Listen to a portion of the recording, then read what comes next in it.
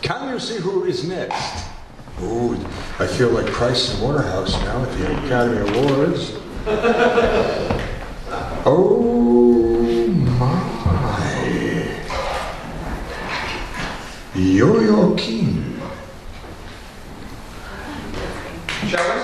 Oh, wait a second. We have a virgin in the audience. This is a ritualistic continuum. New blood. I want you to rock, girl. Come on. Yo-Yo Keane.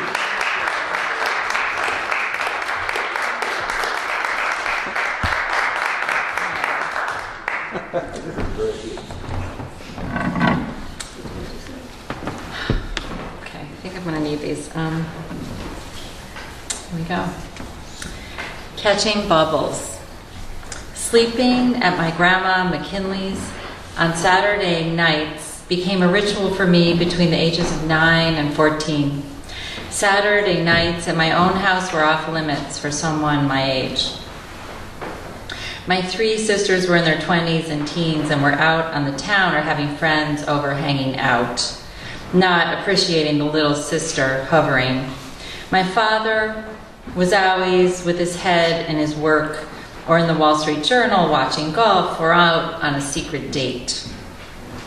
My mom disappeared when I was 8 years old. Her mother, Grandma McKinley, had moved up to be near me by the following year. She was getting older. We needed to watch over her. So Saturday nights were my job to keep her company. My grandma had left her farmhouse in Pennsylvania, which I had loved dearly. My mother would cart us there monthly to get away from our lives, to get to know our Scottish grandparents. I don't remember my mom being around when we were there. Maybe she would go out to visit people or sleep, but my grandma was caretaker. I remember Grandma in her apron, in constant motion in the farmhouse kitchen/laundry room.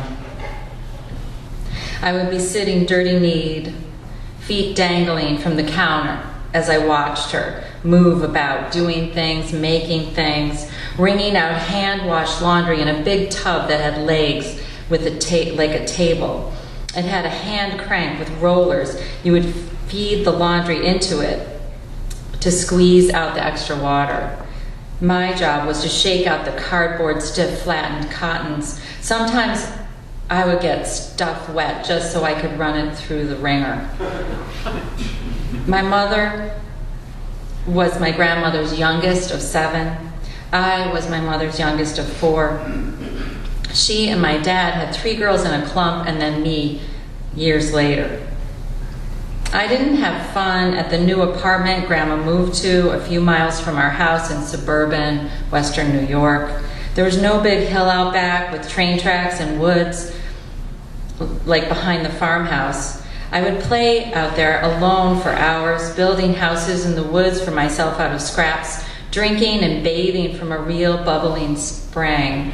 I would even go to the bathroom outside like a wild first female. I wanted to sleep out there all night in the crude structures I built, but they would tell me stories about monstrous rats that lived under the shed.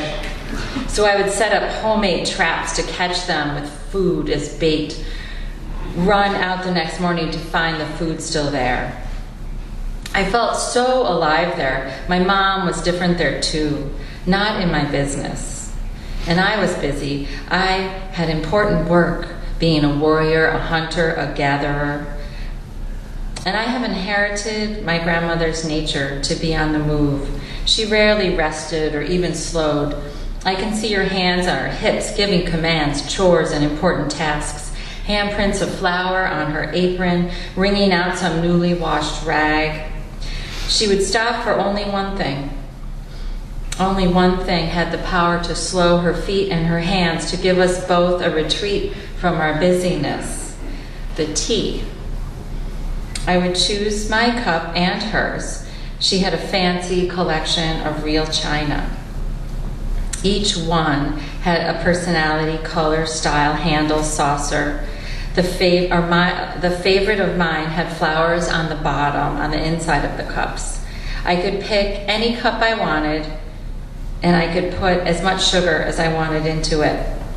A special stash would appear, a bowl with a cover containing the white sugar cubes wrapped in individual paper. The tea was ready only after having steeped a long while, but first I had to be seated at the table, feet on the floor, cup and saucer at the ready.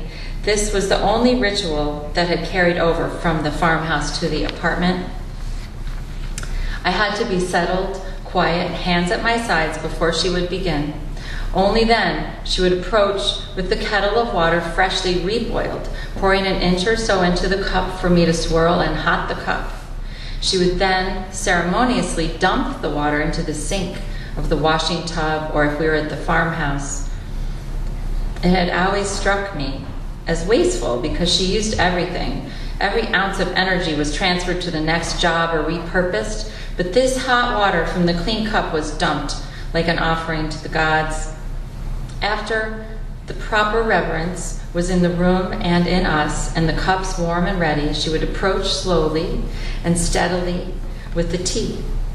Stilling her stance with a firm arm, she would pour from a long way above the cup. I would sit back, but jumping inside and excited, sitting straight and back, not wanting to get a scalding splash in my eye or a scolding glare. Only when she lowered the teapot down on the table, we would both lean in and look, first at the tea and then at each other. Would we be blessed with ease or a challenge?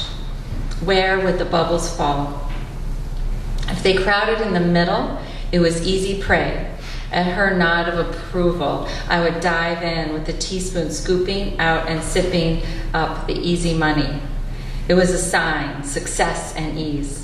If the bubbles were around the edges, well, her lip would curl, her shoulder would shrug, and, oh well, give it a go, she would say with her lovely brogue. It was almost impossible to catch the bubbles intact and sip them if they were scattered and touching the edges. But we took the ritual and paused for tea daily. So much to do, but this doing had a different quality. The divining bubbles would speak. Either way the bubbles went. While we sat and drank our tea, we held our cups like one might hold a sleeping bird, lifting it to give it a kiss on the forehead without waking it. The apartment now was small and could only hold a few of her things. The fancy blue mirrored coffee table, her salt shaker collection, but no washing tub. Now she had electric washer dryer like the rest of the world. She still would move busily about the small apartment, apron on, cooking, preparing, and the tea. She died when I was in 10th grade, 15 years old. I was in high school, a teenager, and my Saturday night stays had become less frequent, only stopping by for the occasional tea. Though through the years, I'd always told people my grandmother moved up so we could take care of her. But my father rarely visited her. He would mostly just beep when he came to pick me up from her place. My sisters all in college, working, and one married. My grandmother never spoke of my mom, only grunted when we mentioned my dad. My mom had disappeared into our basement with a rope back then, apparently at the end of hers, tired of fighting her depression. My grandma never forgave my dad for not being able to save her from herself. Grandma had moved away from all she knew. No friends, no farmhouse, just a young daughter to save, and that was me.